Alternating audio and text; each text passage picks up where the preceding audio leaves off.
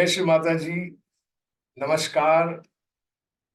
हम उन महान आत्मा महादेवी की बात करने जा रहे हैं जिनके साथ मेरा संपर्क हुआ 1984 में, जबकि मैं अपने भाई के साथ नया काम शुरू करने लौटा था अपने घर। क्योंकि मुझे खबर मिली थी कि मेरे पिताजी की और एक आंखों के ऑपरेशन में उनकी एक आंख में उनको दिखाई देना बंद कर चुका था और दूसरी आंख भी डेड हो चुकी थी, तो वो देख नहीं पा रहे थे इतने बड़े नर्सिंग होम को चलाना। और मैं बॉम्बे में सेटल था अपनी फैमिली के साथ। अभी अभी ताज़ा ताज़ा मेरा एक तजुर्बा हुआ था माँ को मिलने का, जिनको मैंने माँ बुलाया जब वो मेरे घर आई मेरी बहन की शादी के लिए, और शादी संपन्न हुई। और फिर उठना बैठना रहा परिवारों का। और उन्होंने फिर मुझे लंदन बुलाया अपने घर कि आप जब भी इस तरफ आए तो हमारे साथ आए, हमारे गेस्ट बन के आए। तो इस तरह से पर जब मुझे एकदम से हिंदुस्तान आना पड़ा, हिंदुस्तान में पिताजी के पास आना पड़ा बॉम्बे छोड़ के, तो बड़ी दिक्कत सी थी कि पिताजी को दिखाई नहीं देता था। और श्री माता जी के अभी अभी नए दर्शन हुए थे, और पता चला था कि वो सहज सिखाती हैं। और उन्होंने, जैसे ही उन्हें पता चला पिताजी की हाल देख के, तो उन्होंने आके घर में एक बार उनको उनको हाथ लगाया। और बैक आज्ञा कहते हैं जिसे सर के पीछे, जहां से हमारा ऑप्टिक क्याज्मा होता है, जो इस आज्ञा चक्र जैसे सात छठा चक्र कहते हैं इसे, वो हमारा एक्सपोज हो जाता है जब हम उस पे काम करते हैं। श्री माता जी ने उस पे हाथ लगा के उनको चैतन्य दिया, और उनकी आई साइट आहिस्ते आहिस्ते वापस आने लगी। ये जब मैंने दृश्य देखा तो मुझे यकीन हो गया कि ये महान आत्मा ही नहीं, ये कोई देवी का अवतार है। और मैं एकदम नतमस्तक होके झुक गया उनके आगे। और जब उन्होंने मुझे बुलाया कि आप आइए लंदन, और मैं किसी काम से जा रहा था, तो रास्ते में एक दो दिन के लिए मैं लंदन रुका। और वहाँ पे उन्होंने मेरे को किसी के घर ठहराया। मेरे एक भाई हैं जिनको मैं अपना सहज भाई कहता हूँ, क्योंकि उन्होंने मुझे फिर सहज योग के बारे में एयरपोर्ट पे लैंड करते ही बताना शुरू किया। और काफ़ी विधियां समझाई कि ये सहज योग क्या है। और इस दरमियान मेरे को बताया गया कि आपके लिए एक फ्लैट का बंदोबस्त किया है रहने का। और श्री माता जी जैसे उनको सब बुलाते थे, उन्होंने आपको घर बुलाया है। तो एक दिन रेस्ट करने के बाद अगले दिन 4 जुलाई को, आज मैं कभी नहीं भूलूंगा, उस दिन अमेरिका का इंडिपेंडेंस डे था। और मैं उन भाई के साथ माँ के घर गया, और उन्होंने मेरी अच्छी खातिरदारी करी। और मैं उनको मिल के फिर मुझे लगा देख के कि मैं एकदम, मेरा मन शांत हो जाता है, मन ब्लैंक हो जाता है। तो उस समय उन्होंने मेरे को अपने घर में बैठा के कुछ खाना बना के खिलाया। और फिर मुझे कहा कि बेटा अपने दोनों हाथ मेरी तरफ करो। तो मैंने अपने दोनों हाथ उनकी तरफ करे, और मेरे हाथों से जार जार चैतन्य की लहरियां दौड़ने लगी।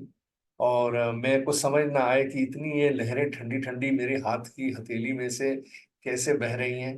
तो उन्होंने मुझे कहा कि बेटा देखो, तुम्हारे अंदर जो एक शक्ति है कुंडलिनी नाम की, वो जाग गई है। और वो एकदम आपके मज्जा तंतु से उठ के आपके चक्रों को भेदती हुई आपके आखिरी चक्र पे, जिसे सहस्त्रार कहा गया है, उसमें से बाहर निकल के, और पूरे इस चराचर में जो फैली हुई ईश्वर की प्रेम की शक्ति है, उसके साथ इसका मेल हो गया है।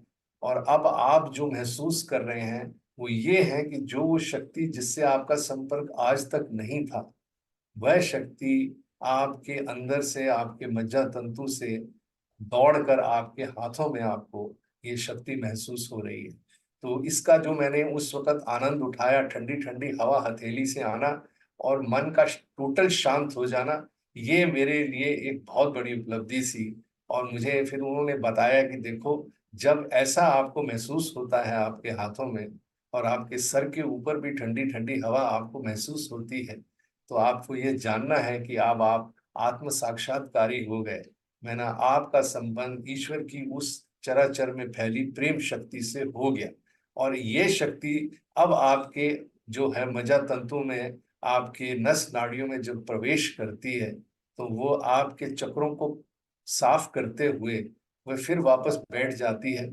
और आपके चक्रों में जो चक्र हैं हमारे अंदर, तो वो चक्रों के बारे में मैं कुछ जानता नहीं था, मगर सुना था हमारे शास्त्रों में इसके बारे में काफी लिखा हुआ है। तो उन्होंने कहा कि अगर आप इसको पढ़ेंगे तो उसमें ये जब प्लावित होते हैं, जब ये, तो ये चक्र खुलने लग जाते हैं। और कुंडलिनी शक्ति जो है वो हमारी रीढ़ की हड्डी के नीचे 3.5 कुंडल में सो रही है। हमारी ट्रायंगुलर बोन, हमारी ये जो हड्डी है रीढ़ की हड्डी के सबसे नीचे, उसमें सो रही है। और जब आप इच्छा करते हैं तो वो जागृत होके आपकी इच्छा को पूरा करती है।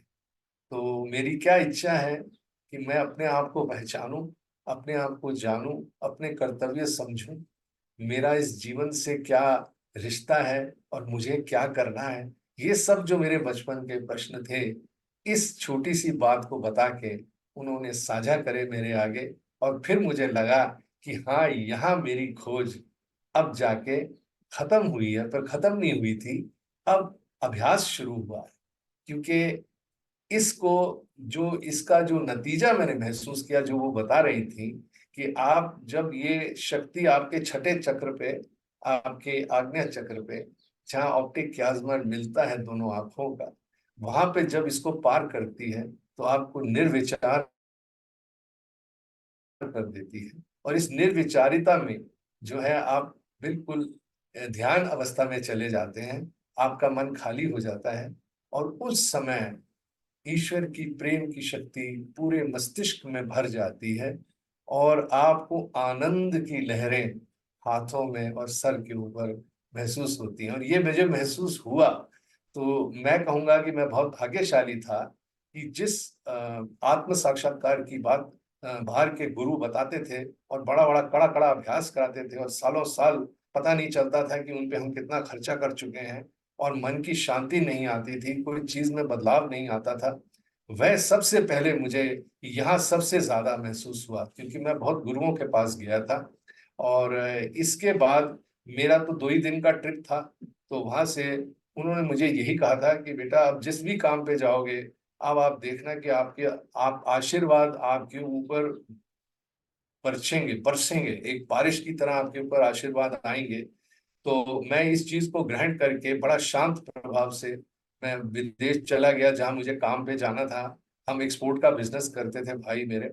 और वहां पे माँ, मैं सच बताऊंगा कि मतलब कि वहां जाते ही मुझे इतना काम मिला, इतना काम मिला, हमारा बिजनेस फल फूलने लगा, कि मैं जब लौट के वापस आया तो सबसे पहले मैंने माता जी को फोन लगा कर कहा कि माँ, इतना बड़ा ऑर्डर लेकर आया हूँ। तो माँ ने कहा, देखो बेटा, आपने अपना जब हृदय खोल दिया एक चीज को, तो अब आपकी कोई भी इच्छा जो है वो दबी नहीं रहेगी, उसकी पूर्ति शुरू हो जाएगी। और यहाँ से मेरी पहली इच्छा पूरी हुई कि इतना बड़ा काम मेरे हाथ में आ गया, और हमारा जो बिजनेस था वो चल पड़ा।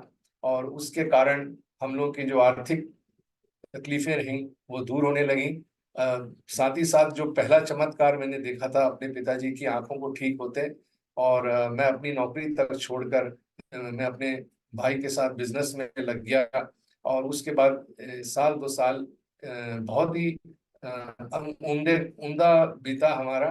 और फिर आगे चल के क्या होता है कि माँ विदेश तो रहती थी, क्योंकि उनके पति मैरीटाइम बोर्ड में काम करते थे और शिपिंग कॉरपोरेशन के चेयरमैन थे, डॉक्टर श्रीवास्तवा। ये पहले रह चुके थे लाल बहादुर शास्त्री जी के चीफ फंक्शनरी, उनका साथ देते थे। तो he was a IAS officer. और फिर भी लिमिटेड तनख्वाह में जो भी वो काम करते थे, उन्होंने मैंने माँ से ये सुना कि ये मेरी मदद करते हैं, और वो इनके कारण मैं इस सहयोग के बारे में पूरी दुनिया में जाके प्रचार प्रसार करती हूँ और लोगों को ये जागरूकता देती हूँ। तो मुझे बहुत अच्छा लगा। तो फिर उन्होंने एक दिन दिल्ली आई हुई थी हमारे घर में, क्योंकि रिश्ता था ऐसा। तो उन्होंने एक बार मुझे कहा कि तुम कविता लिखते हो। अब मैंने कभी बताया तो नहीं था कि मैं कविताएं लिखता हूँ, मगर मैं जान गया कि वो अंदर की बात एकदम समझती है। तो फिर मेरे को कहा कि देखो, तुम बहुत बड़े कवि बनोगे और बहुत बड़े गायक बनोगे, और तुम्हारा बहुत नाम होगा, तुम बहुत बड़ा काम करोगे। तो उस समय 86 की बात है। मुझे हिंदुस्तान में जो उनके फॉलोअर्स हैं, जो इस ध्यान को करते हैं, सहयोग को, उन्होंने फिर मुझे कहा कि आप जुड़िए हमारे साथ, और माँ आपको कलकत्ता बुला रही हैं, वहाँ दुर्गा पूजा में आपको उन्होंने नियंत्रण किया है। तो मैं वहाँ गया, और वहाँ से फिर एक नई कहानी मेरी शुरू होती है, और बहुत ही प्यारी कहानी है। जहाँ फिर मैं एक बार उनके पास, उनके समक्ष में जब बैठा, और वो लोगों के साथ जब बात करती थी, तो बिल्कुल सरलता से, जैसे एक माँ बच्चों से बात करती है। आपको कभी महसूस भी नहीं होगा कि ये एक महान शक्ति या कोई आदि शक्ति का स्वरूप है या कोई अवतरण है। जो कि मेरे मन में, मुझे पक्की बात ये लग रही थी कि ये कोई खास ही है, इसमें कोई खास बात है। और वाकई इतना बड़ा तेज था इनके आसपास। ऐसा लगता था कि जब आप जाओ तो आपका मन बिल्कुल खाली हो जाता था, और आपको बहुत अच्छा लगने लगता था। आपको लगता था कि इनके समक्ष ही बैठे रहना चाहिए, कभी इनसे दूर नहीं जाना चाहिए। तो वही उन्होंने मेरे साथ किया कि जब मुझे बुलाया तो मुझे अपने पास ही रखा हमेशा। मुझे कहा कि तुम जहां तक हो सके, मैं जहां जाती हूँ मेरे साथ रहो, और मैं तुमको समझाऊंगी कि ये सहयोग क्या है। तो इस तरह से ये एक दौर चल पड़ा, एक कहानी चल पड़ी मेरे जीवन की। हालांकि मैं ब्याह करके बॉम्बे से दिल्ली शिफ्ट करा था, दिल्ली में बिजनेस किया भाई के साथ। और फिर जैसे ही उन्होंने मुझे कलकत्ते बुलाया, तो कलकत्ता, कलकत्ते के बाद उसके बाद जयपुर, जयपुर के बाद बॉम्बे, बॉम्बे के बाद पूना। बस एक कह लीजिए कि एक ट्रेवल की एक पूरी लड़ी बन गई मेरी। और इनका जो ट्रेवल प्रोग्राम था हिंदुस्तान का, मैं उनका साथ ही जुड़ गया। ये सन 1986 मैं कभी नहीं भूलूंगा। तो ये जो आगे की कहानी है, कलकत्ते से क्या हुआ और आगे चल के क्या हुआ, जिससे कि मेरे अंदर का जो लेखक है, मेरे अंदर का जो संगीतकार है, वो कैसे पैदा हुआ, और इनकी कृपा कैसे बही, और क्या क्या मैंने चमत्कार देखे, ये मैं आपको अगली कड़ी में बताऊंगा। तो अभी के लिए मैं आपसे विदा लेता हूँ। जय हिंद एंड जय श्री माता जी।